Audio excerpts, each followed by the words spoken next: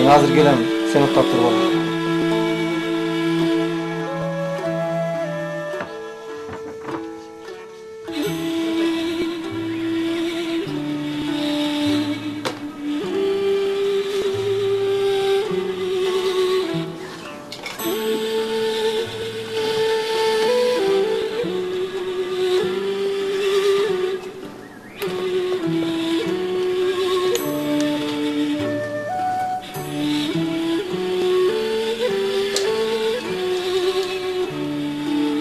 Allah'ın başına bir düğme giyip alsan, başına bunu öter. Ötmedi.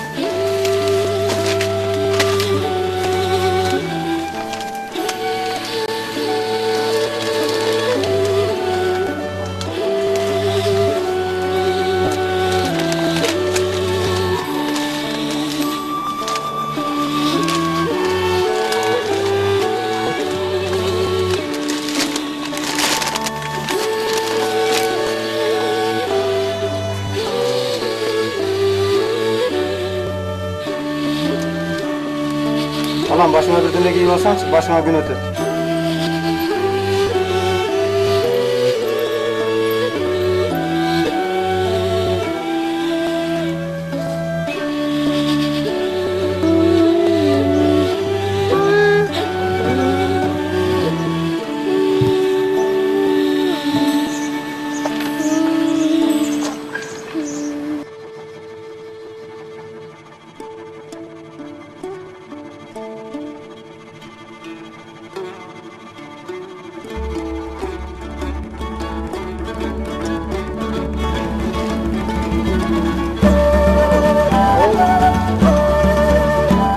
Ata.